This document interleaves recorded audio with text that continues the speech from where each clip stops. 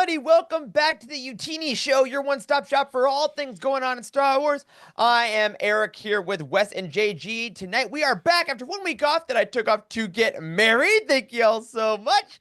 But we are back. I got married, I went to Batuu, and I'm ready to talk some Star Wars with my best buds. We're going to catch up with the best episodes of Andor we've ever seen. We're then going to look towards a post-Andor era. A new Star Wars book was announced, and it's bringing back Finn and Jannah.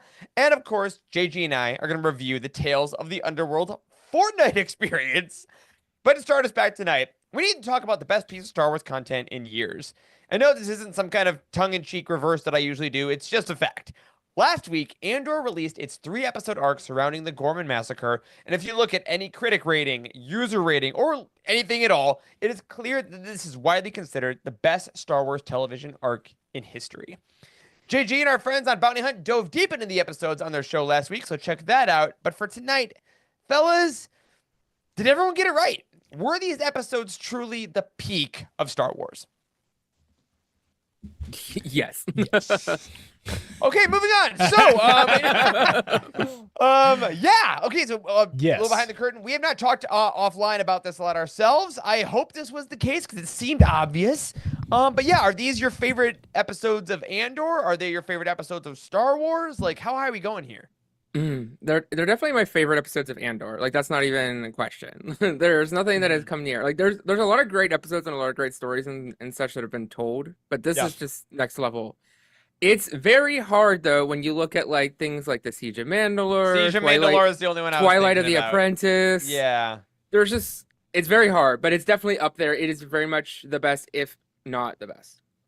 Right. The whole lead up to the small rebellion on Gorman was fantastic. I thought that I was under the impression because I kept watching and nothing was happening, and I was like, well, is the Gorman massacre when Tarkin just landed on those people? Is that what they're talking about? Right. From Legends. Yeah. Right. So I was just like, maybe that's it. But they kept feeding us, I guess, and then they finally got with it. We finally got to see a lot of the rebels that we've seen throughout season 1. Some people came back, some people showed up, and then but it got to a point to where I was just like, all right, this is definitely one of the best episodes of Star Wars I've ever seen. Can't be just of Andor, and I think they hit it out of the park. They really did show, and they created this whole experience. It's a terrible thing to call it experience. It's a massacre, but they created this whole problem that they are manipulating the people that are outside of Gorman. There are people that are watching this on the HoloNet or whatever, and they're saying, "Hey, like this is not the Empire that it's inducing this rebellion that's going on. This is definitely the Gormans. They're the bad people here." And so I was just like, "Oh man, how nasty and sleazy and dirty can this Empire get?" And it can get worse.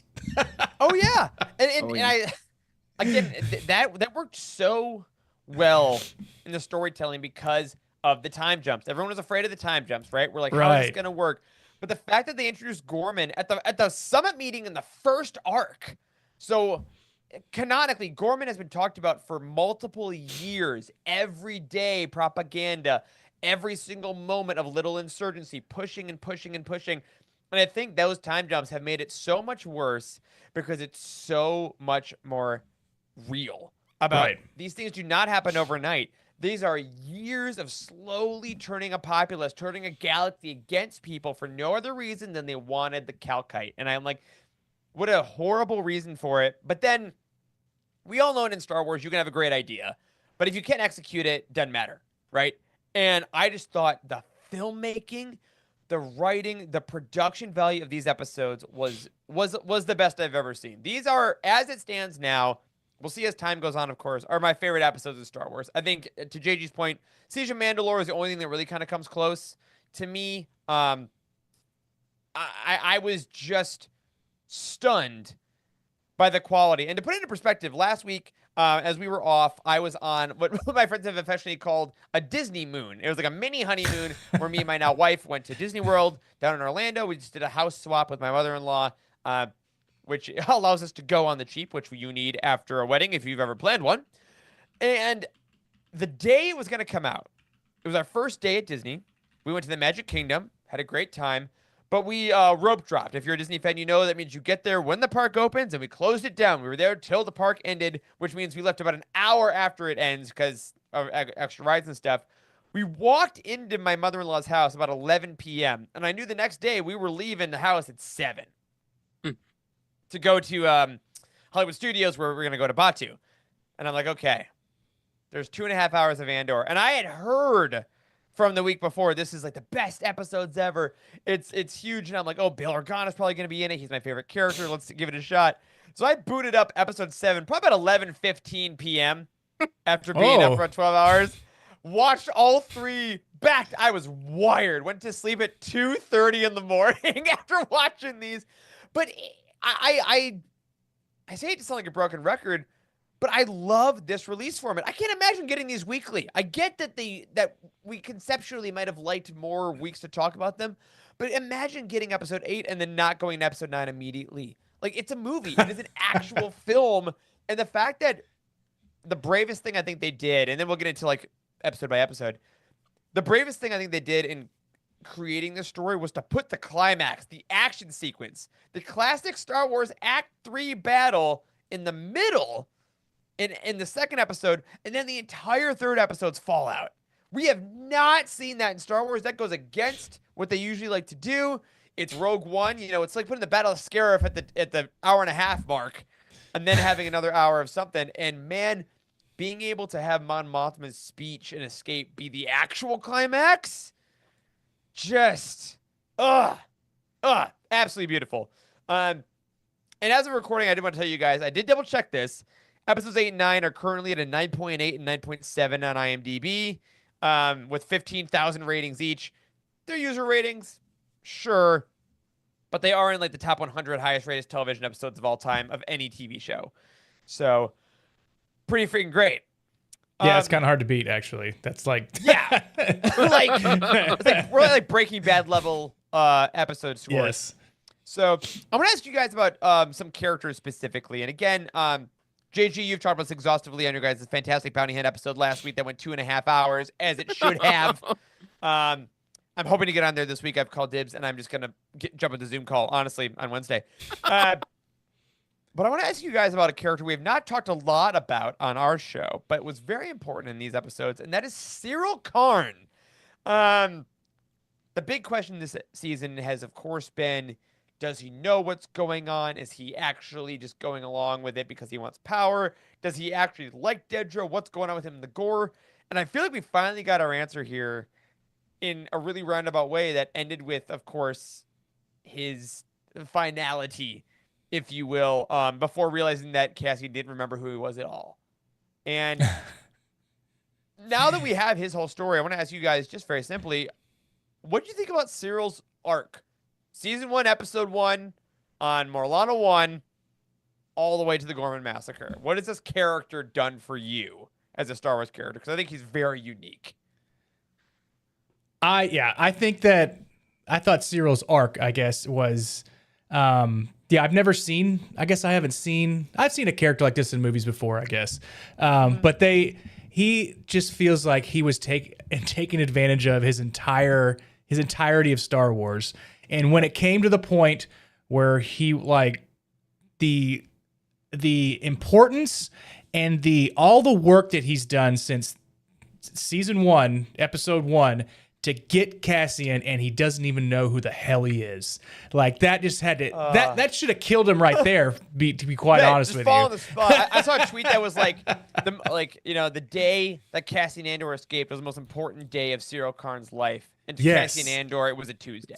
Yes, yes, yeah. Just how brutal. But like, he would. I just felt like you got to feel bad for him.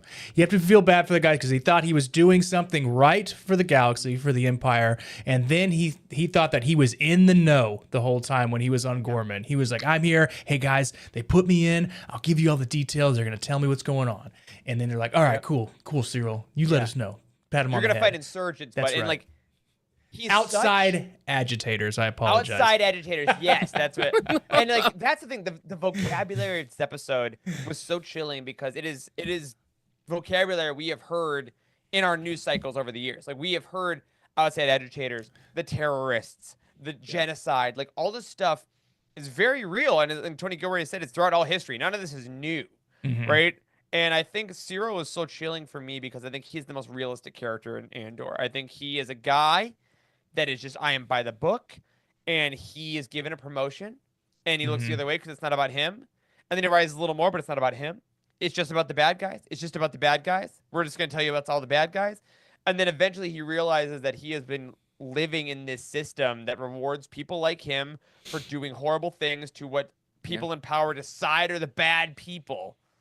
And then by the time he looks around and realizes he's been complicit every step of the way, he gets angry and it's too late. That is a perfect description of Cyril. Realistic.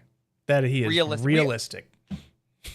We've seen them. Yeah, we see it. We've seen them. We see it. Yeah, so yes. It's and then like his lashing out at Dedra, which is also very realistic because he's like I'm a nice guy, I'm just trying to do a thing, but nope, we see the real Cyril, and she's like, again, they're such a twisted. Andrew Bell said this on your guys' Body Hand episode. They're such a twisted match for each other because they're both so manipulative and evil, but think they're not, and like, God, it's just such.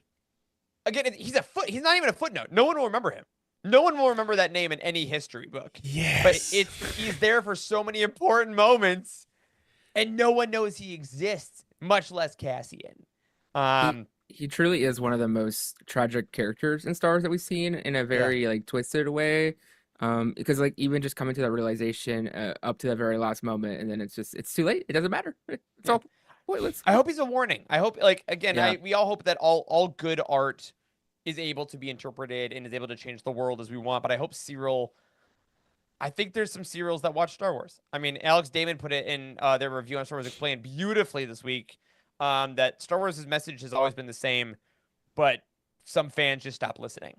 And maybe if you just look a little bit at Cyril, you can see some stuff that's going on in the real world. But of course, the second part of that coin is Cassian.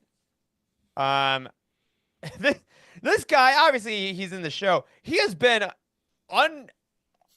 unintentionally at some of the most massive events in the history of the galaxy. I mean, this guy is at, Jeddah, he's at Scarif, and now he's at the Gorman Massacre. Like, what do you guys think about Cassian's involvement? Because, again, he first went there and said, we can't save them. They're useless, right? Don't use the resources, the last arc, right? Forget Gorman, they're not ready. And then he goes back to assassinate Dedra because he's given a mission. And then all of a sudden finds himself not only meeting rebels that have grown over the year, but in the middle of the most important massacre in the history of the galaxy. Like, what does this massacre do to Cassian's character to push him further down the road that we know is coming, that is going to end tomorrow night? It's interesting, though, because, obviously I think it does affect him in a way, but also at the same point, at the end of the arc, he is still ready to just walk away from it all. Like, even after doing this whole massacre, he's still like, there too. He's like, hey, like, let's leave this behind, let's run away, like, let's like have our happy ending, like, we've done our job, we've done everything. Hey, who among us wouldn't throw it away for Edgar Arjona? Okay, I'm just saying, like, if that was on the table, okay, Galaxy will figure itself out. Exactly. I'm married now, just so you know, I can say that.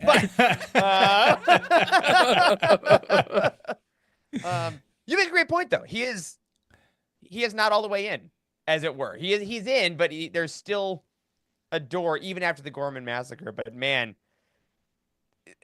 Diego Luna, I know he doesn't always get the flowers he should because it's a genre show. His silent expressions throughout the Gorman Massacre, just the camera being on his face and witnessing it in abject horror and understanding of what's happened, like, dude deserves some award talk. You know what I mean? Absolutely. What do you think made Andor, the character, decide to go and do that mission on Gorman? Because he was just like, we're not doing this. He was being a leader. I think he was being more a leader then than he was when he went to Gorman. He's just like, we need to be here on Yavin. We need to start organizing, I guess. Yeah, and he's like, you can see we have more organization here. We have strength in numbers. And then you're like, we have a mission for it. And he's like, okay, who do you want me to kill? I was like, but I don't know how he made that switch. And I couldn't really understand that.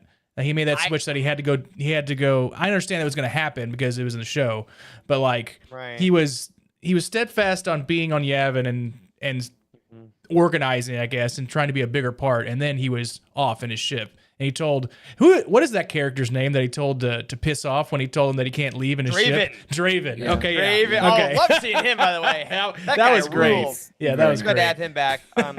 I think this ties into episode 7, The Messenger, where we had the Force Healer, right? Yeah. Force Healer comes into Yavin and is like freaks him out. I think a little bit.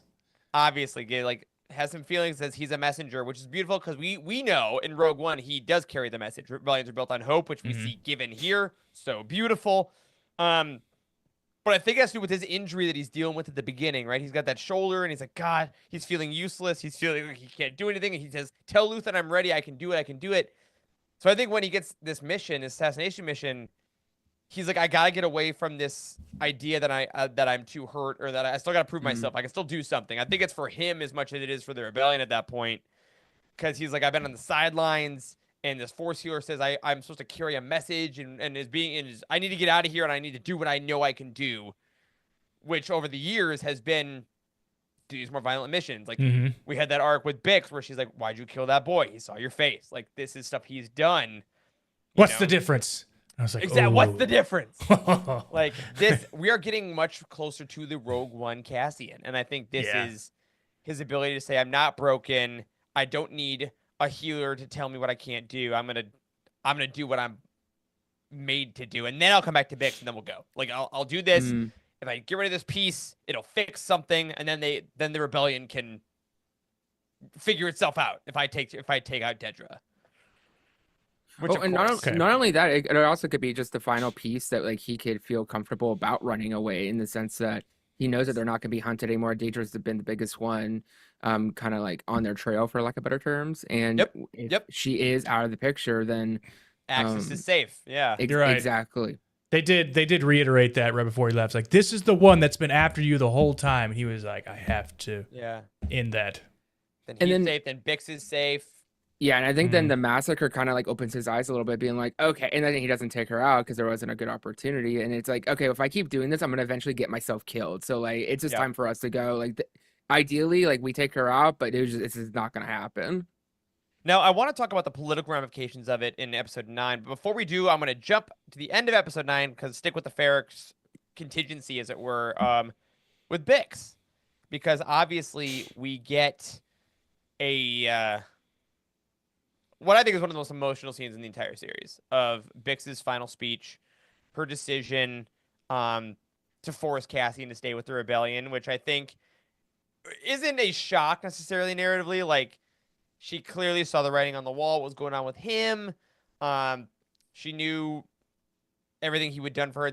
Tony Gilbert's done a really nice job laying that in throughout the season about like all the things that he crashes out, or like he doesn't take the tie back to base because he goes to save Bix. He kills that young boy in the mission because he sees Bix's face. Like Luthen is just doing this, and she knows that he will do anything to save her.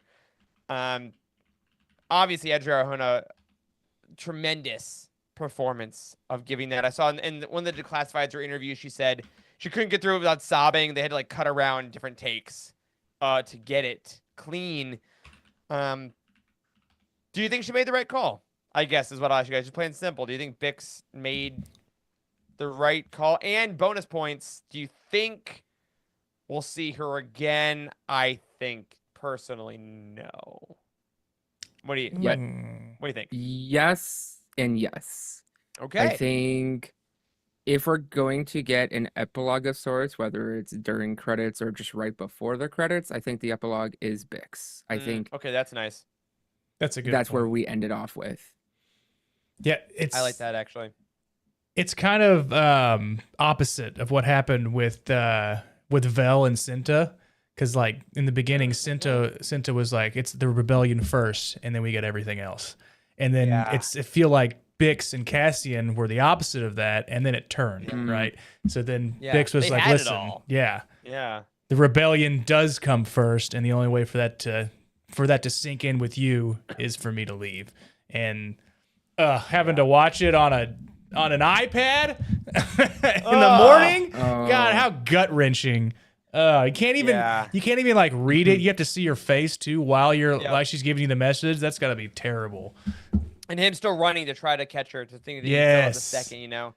And then of course he loses Bix, and then 30 seconds later we get K2. Yeah. Which I think we'll get obviously much more this next arc. Now we're skipping a year. They're gonna be buddies. This is right before Rogue. I'm excited for that. I like that we got to see how they meet. I think it's a fine. We all knew the comics and retcon. Not a single person I've ever spoken to actually cares. I think they did a wonderful job on that, and I'm excited to see him.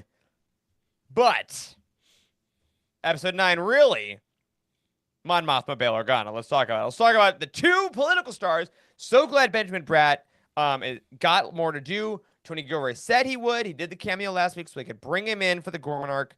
And then Mon Mothma, of course, gives the speech we had seen some of and heard about in Rebels, but I think in a much more intense way, and then has to flee for her life.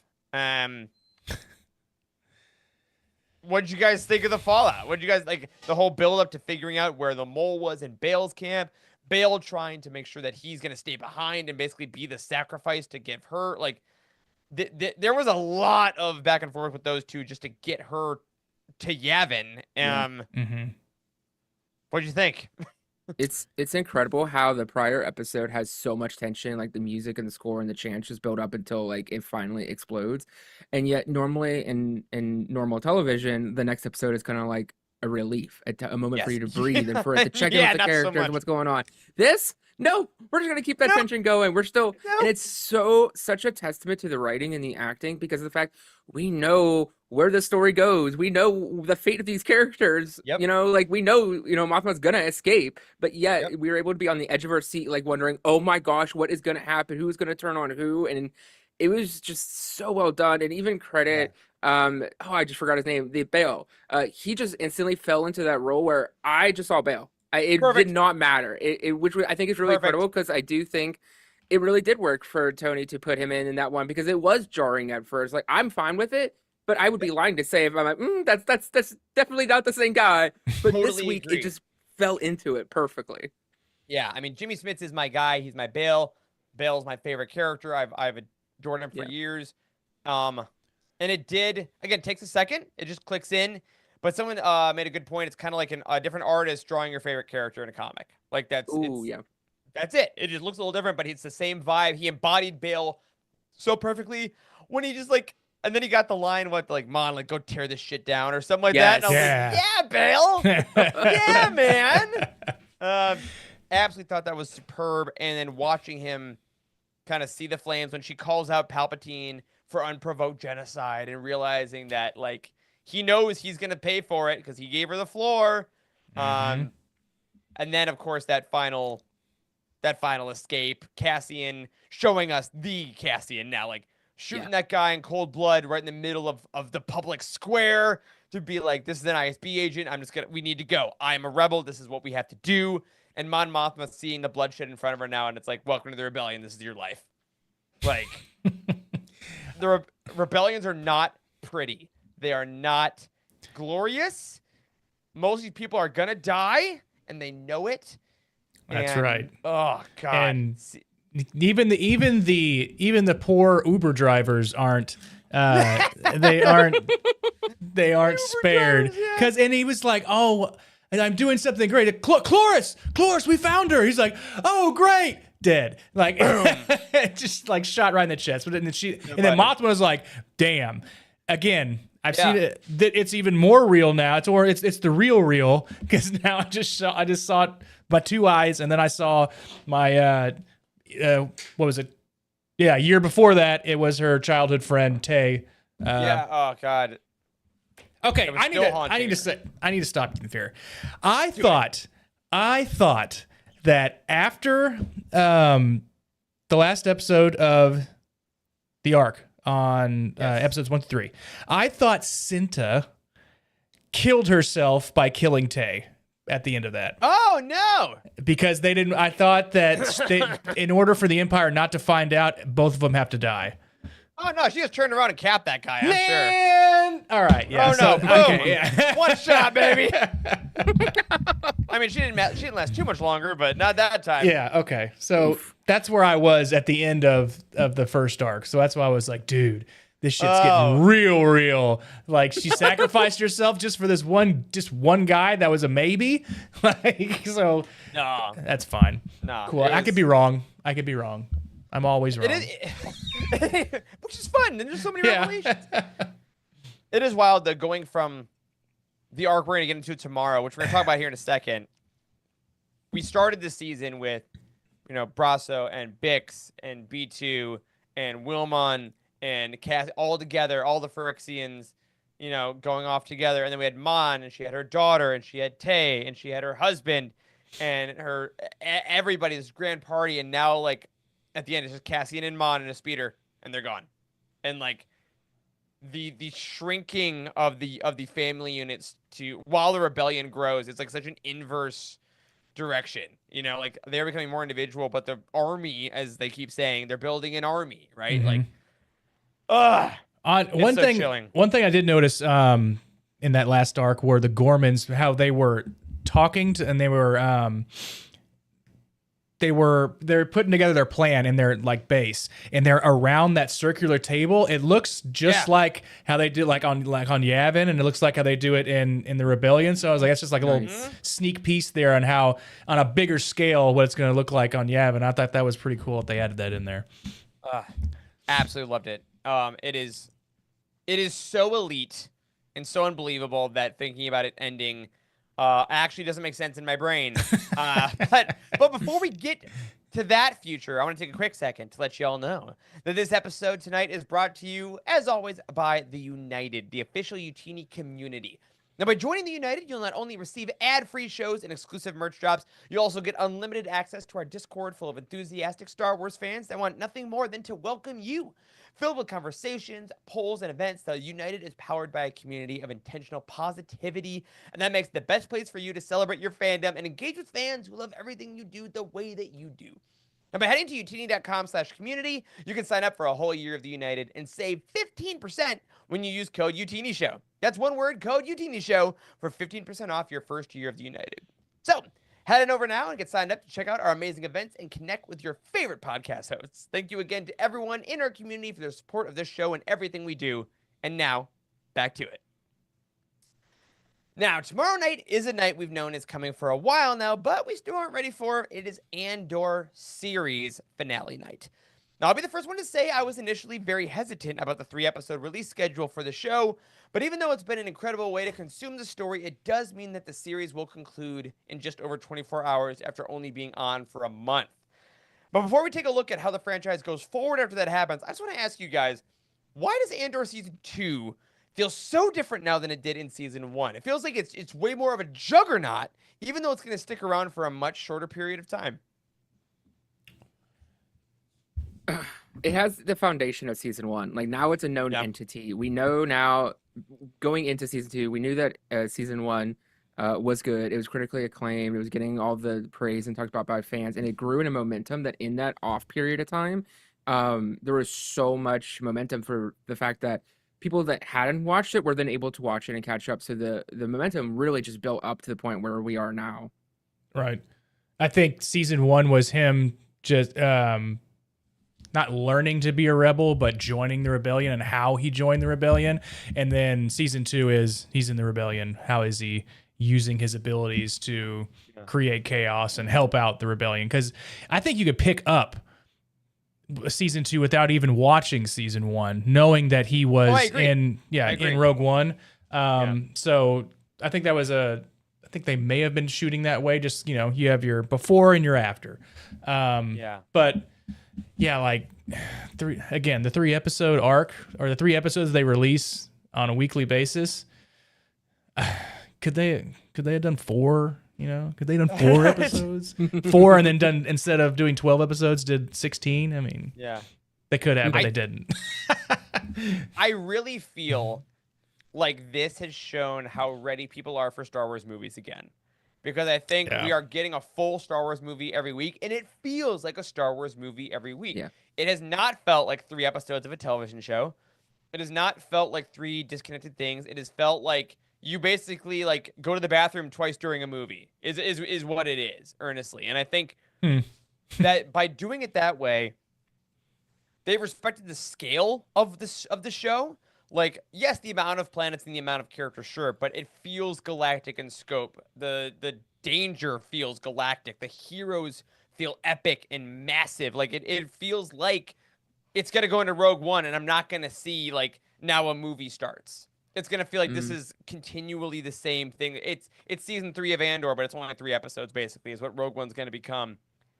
And I think that the respect of the artistry needed to tell the story has been so clear, and I'm so glad that they stuck to their guns. I mean, Tony Gilroy was very clear the whole press tour, like, Disney never told us no. We said we need the exact same budget, we need to do it this way, or else we're not going to do it, and we're just going to leave season 1 as it is. And I think it worked out perfectly. And of course, like you said, JG, they did the same thing that Severance season 2 did, which is really put the word of mouth of how good season 1 was, and then it seems to have worked out. Although there was that article a couple weeks ago that season 1 apparently generated like $300 million of revenue for Disney Plus. I don't know how they figured that out. That's all Monopoly money to me. But I can't wait.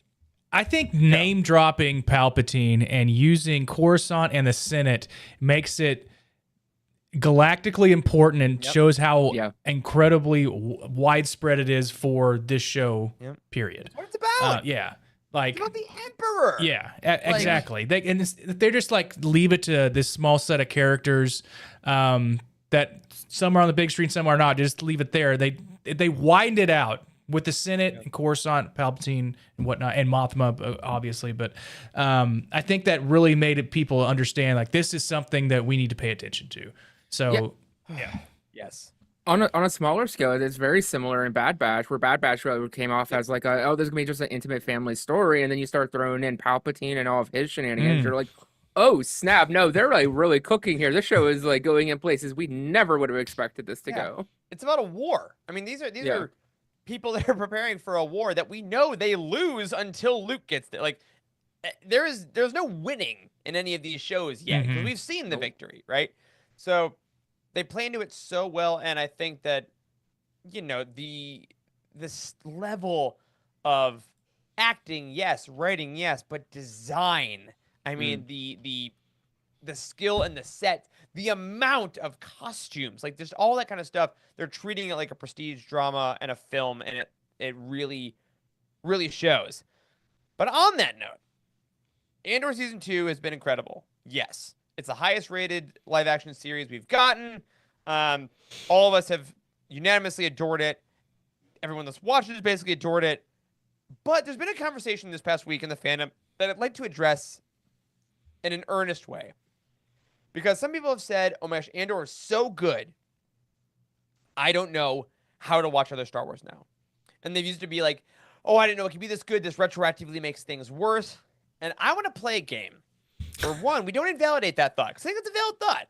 I think that I've had moments watching Andor, and then I've tried to go back and watch something that I didn't realize had not as good effects. And I'm like, oh, I see it now because I really like this. Or the writing of something is different. And I've had that moment. And we saw it in Revenge of the Sith when we were at the movie theater, for sure. Yes. I'm like, okay. Now that I've heard Tony Gilroy's speeches, some of the other speeches aren't necessarily at that level, and now I want that. I've had filet mignon. I'm not going to go back to Salisbury steak as easily. But that being said, that can be valid, as well as people that say yes, but I also don't want to dislike other Star Wars. I still am going to watch this franchise the rest of my life. We are a Star Wars company. We are going to enjoy it.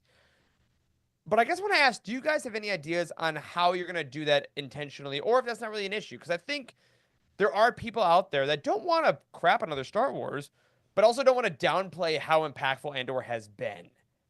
So what are some strategies maybe we can offer to be like, when we get the next season of a show, or if Starfighter comes out and it's more campy and it's more silly, like, how do we key back into that without forgetting how amazing Andor has been?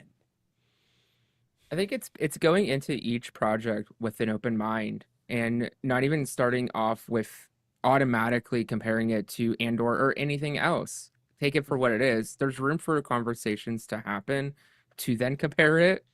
But to start off the bat is already putting like Andor, and maybe it deserves to be like 5 points ahead before the game even starts. Right. But Yeah. But I think we should start. It should start at 0-0, and it is hard to say because Andor is something, I would say, dare I say, prestigious at this point. We have not really seen in a lot of Star Wars, if any, before, to be very honest. And so I think ultimately just going in, whether it is just in the next animated show, the next movie, the next insert, whatever, it's just going in there, just taking for what it is, and then when it's said and done, then maybe comparing it and whatnot. But also recognizing that there's room for all types of that. There's room for this very political thriller that is very well written, and there is room for the pulp and campy.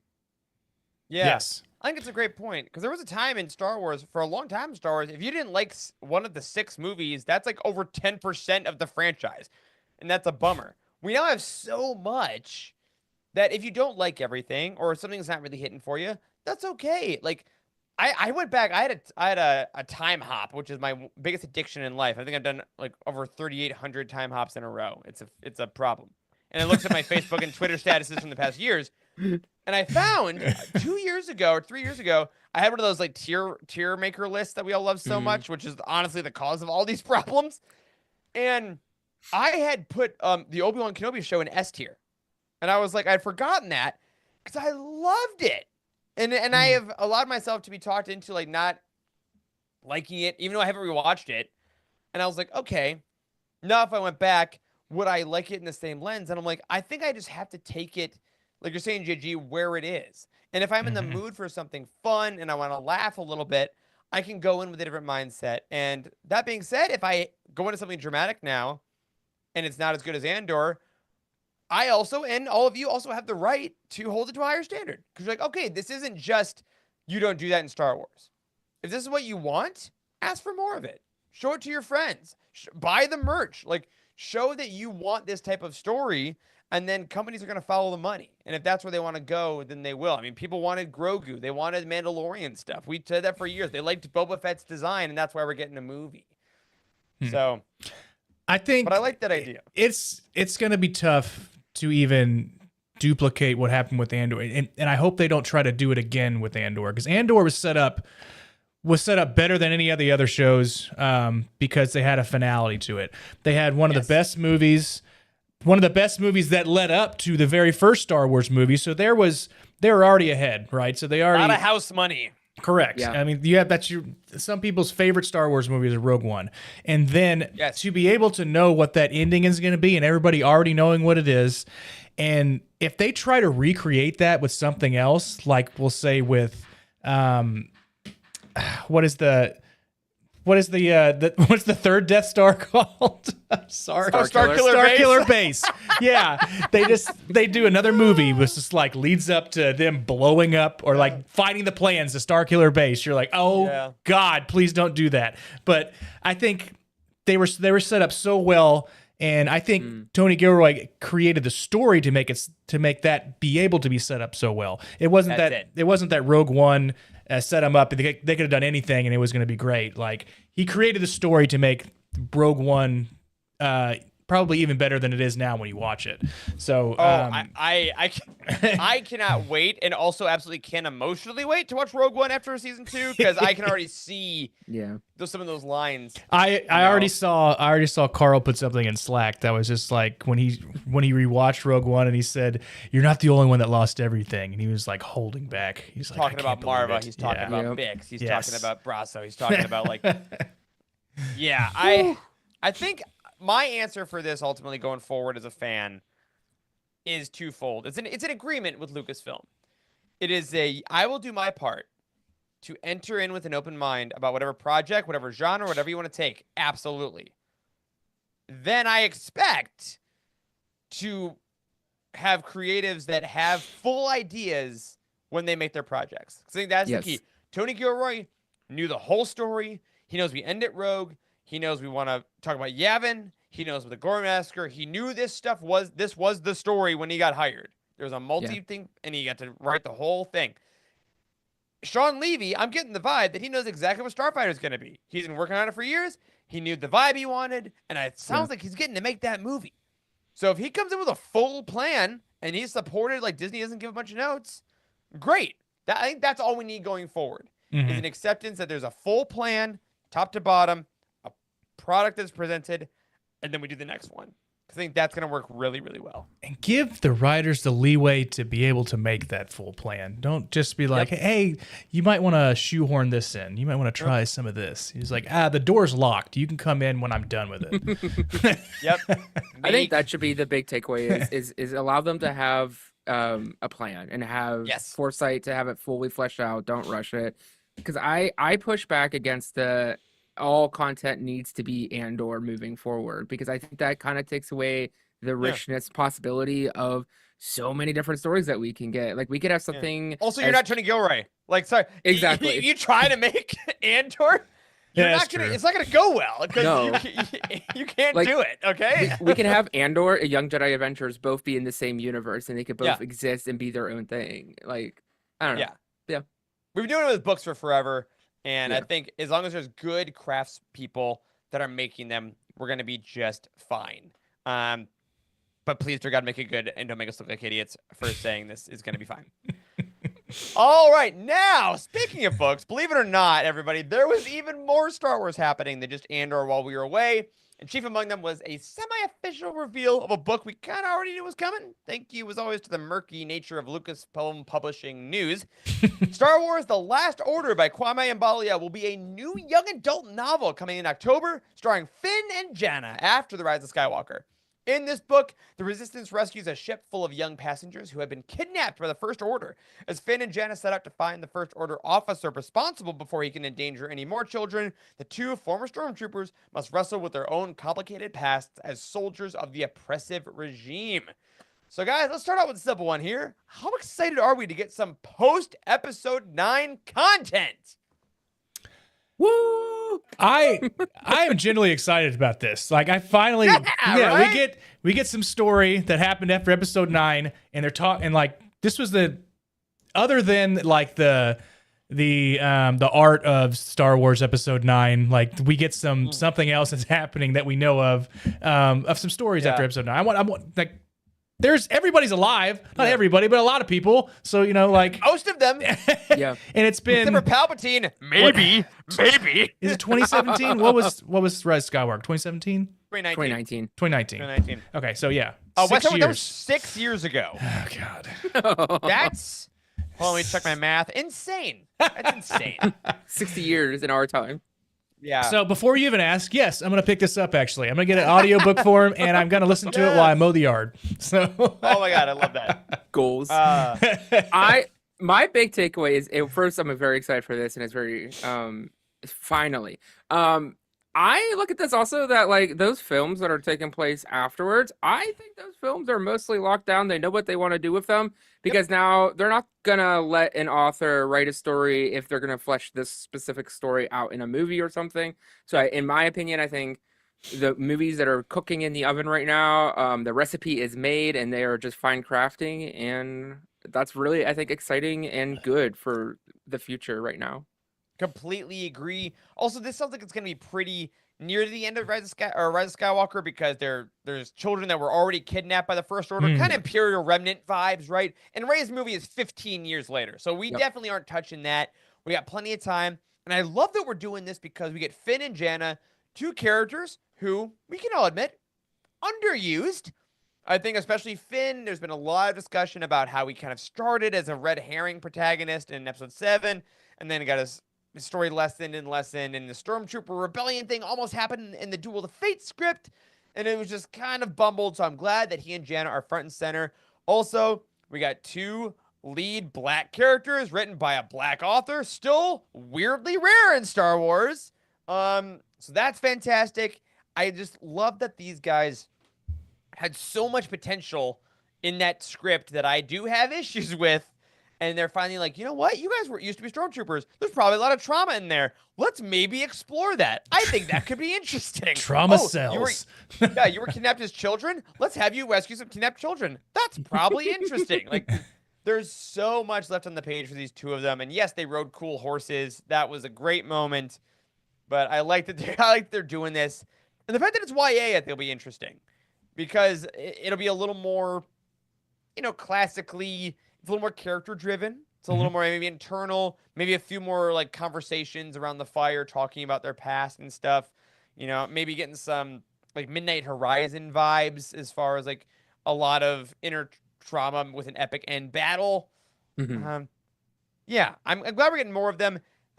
I will say, this does cast a little doubt over getting Finn back for the Rey movies. It might not matter.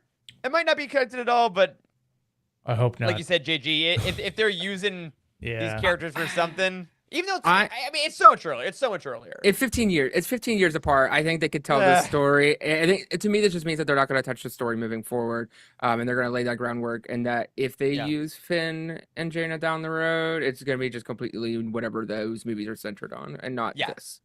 This is that story. Okay. We're going to talk about the Stormtrooper trauma will not be part of them going forward. We're going to deal with it now. But also we're acknowledging sequel trilogy characters. Again, we've not been great on that in books. Here we go. I mean, Rey has been in a book, I think, ever, or one or two, and she is a 10-year-old character. But this is great. This is good. I hope we get more of them going forward. And again, this is coming October 21st of this year, so the day before my birthday. I'll take it as a personal affront if you do not pick it up. And finally, everybody, we're going to take a sharp left turn tonight to chat about something that, yes, I did before my wedding. And this goes to Tales of the Underworld, which I previewed inside Fortnite. The full series was released on May the 4th on Disney+, and shocker, it's fantastic, as all the Tales series have been. But 2 days earlier, while my now wife was out putting together some final touches on our ceremony, I was logging into a public Fortnite lobby to watch Tales of the Underworld. JG, I know you did this too.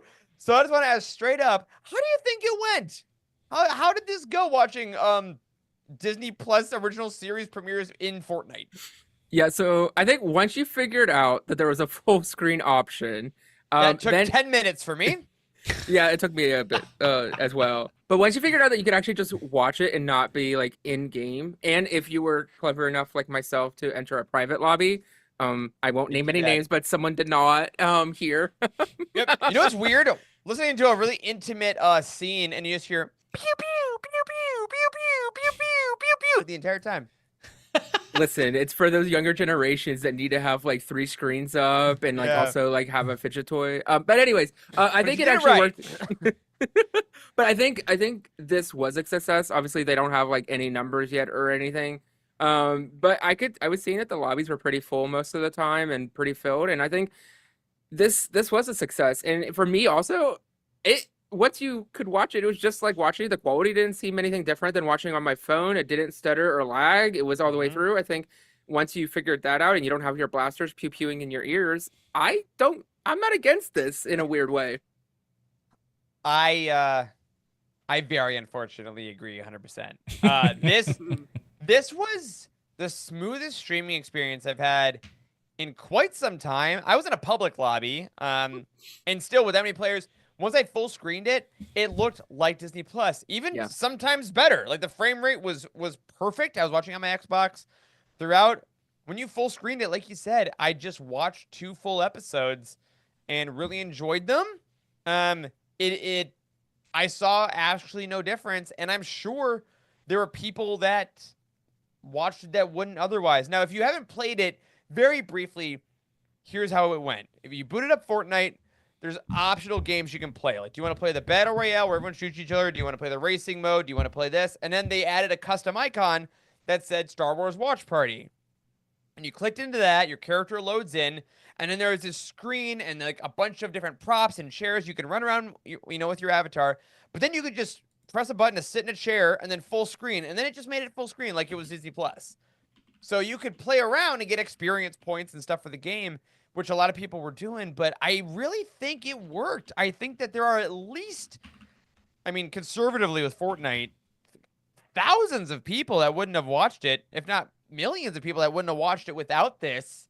And if they liked it, I'll admit, weird choice because the first episode starts with a callback to Dark Disciple with Quinlan Voss, which is great, but not the most accessible show, I think I would have said. But I could absolutely see them doing this again. I think that, I got the loading screen for watching them, so I logged in. I saw plenty of other people watching. I know we want to dunk on Fortnite for the Palpatine monologue thing back in 2019. That was so silly, but like, I don't know, man. If they can pull this off like this continuously and do more previews, I think it works. Yeah, here's what it looked like. So this was the image that you clicked on, or you clicked on the icon, and it sent you to this, and you can go sit down in one of these sit in seats. those chairs, and then it basically counted down, and you can watch the whole thing from third-person point of view on that screen. Oh, okay. Or there was a button that said "Enter full screen mode" while you're seated. Okay, all right. Yeah, but like, and also I got Fortnite XP while I was in it, and that helped me with the Star Wars Battle Pass. Like it was, it was integrated.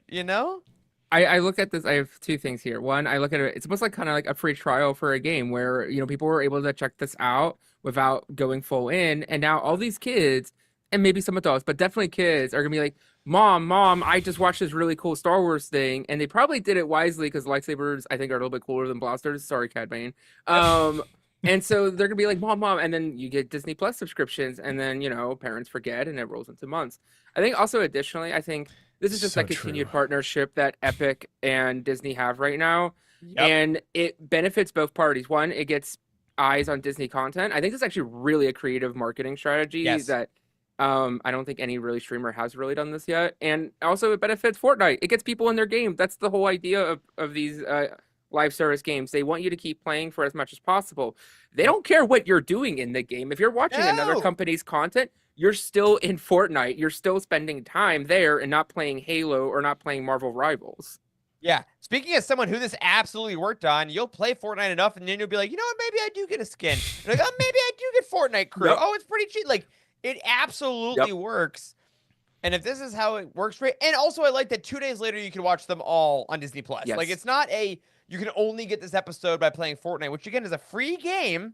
And it was a free experience, so none of this cost the consumer any money to do. And mostly, I was impressed with the stability.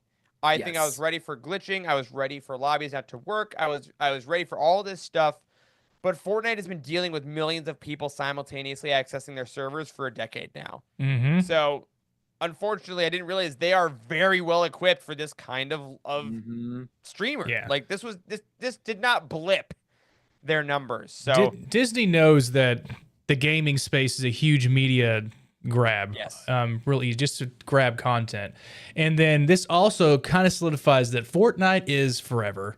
Fortnite is not going anywhere. They are ahead of everybody. They have their own engine, they have their own anti-cheat. Everything is going as good as it can for a franchise of a video game. And I think it's not, I don't think it's going anywhere, and I think this just solidifies the fact that other companies are going to be like, "Hey, Fortnite, can I put this on your screen?" Like, and it could be anything. They could do anything. Put some trailers in there. Yeah, like I think we're gonna see like this watch party thing was so great. I don't know how much it costs to create. I think that's also a thing. The resources that Epic does need to put together to make these different things, they gotta obviously move resources around. Do you put clips? Do you put trailers? I mean, we've seen exclusive trailers on websites back in the day. I mean, you had to go log on to Flickster or whatever at certain times and have exclusive. Oh yeah, you remember that? Like, that's nothing new. I just had a quick thought here. So we know they're doing this big multiverse game world thing with Disney in the Fortnite game. What if this was kind of like a soft launch where like, in this world, there will be a zone or area where you will be able to watch like exclusive trailers, exclusive episodes, exclusive clips, like a Disney Plus land, if you will, where that's exactly what it is. I think that's exactly what it is. And it's like, hey, if you're part of Fortnite crew, one of the crew benefits they're going to add 1 year is then you get the Disney Plus island. And then the next year they'll up crew by like $1 a month, like, after a year. So like, which is what they do. And I think that's such smart marketing because you're gonna get people that are already on your game. It is much easier to convert pre-existing customers than it is to court brand new ones. And I think it worked. So, yes, JG and I both play Fortnite all the time. Yes, we watch this stuff anyway. Yeah, so great. This was a wonderful Venn diagram of things that we enjoy. But I think it's inescapable to think of this as anything but a success, as long as it also comes out in other places later on. So, well done. We'll keep an eye out. I mean, Star Wars season's going strong right now. I think the Jar Jar skin drops this Thursday in the shop. So, we'll see how many drinks I have that night. And if I make that up, I'll keep you all posted for sure. But, man, for now, it's hitting me again in 24 hours. Just about 24 hours from this exact minute, the final 3 episodes of Andor will air. We'll get the end of another wonderful Star Wars project. I mean, of course, we have a lot more coming your way. We'll take this time to let y'all know that the Bounty Hunt podcast is going to be going through them this week, so make sure you subscribe there for what I'm sure will be a very, very long episode. And we'll be back next week.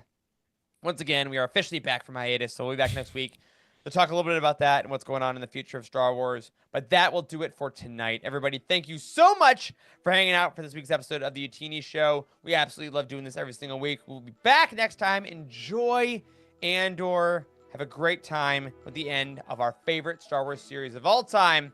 We'll see you next week. And until then, may the Force be with you.